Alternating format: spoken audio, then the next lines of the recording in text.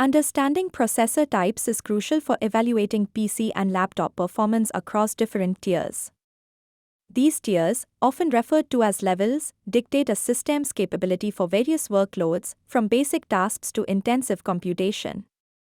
Processors are the core component determining a machine's overall speed and efficiency.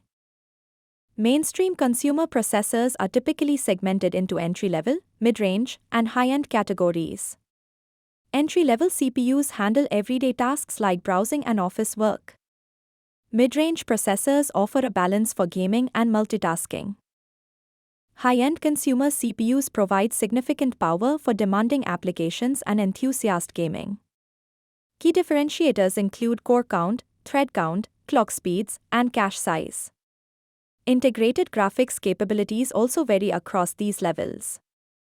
Beyond standard consumer levels lie workstation and high-performance computing processors. These are designed for professional tasks such as complex simulations, 3D rendering, and data analysis. They feature higher core counts, larger cache, and support for more memory channels. These processors represent the top tier in terms of raw computational power and are found in specialized systems.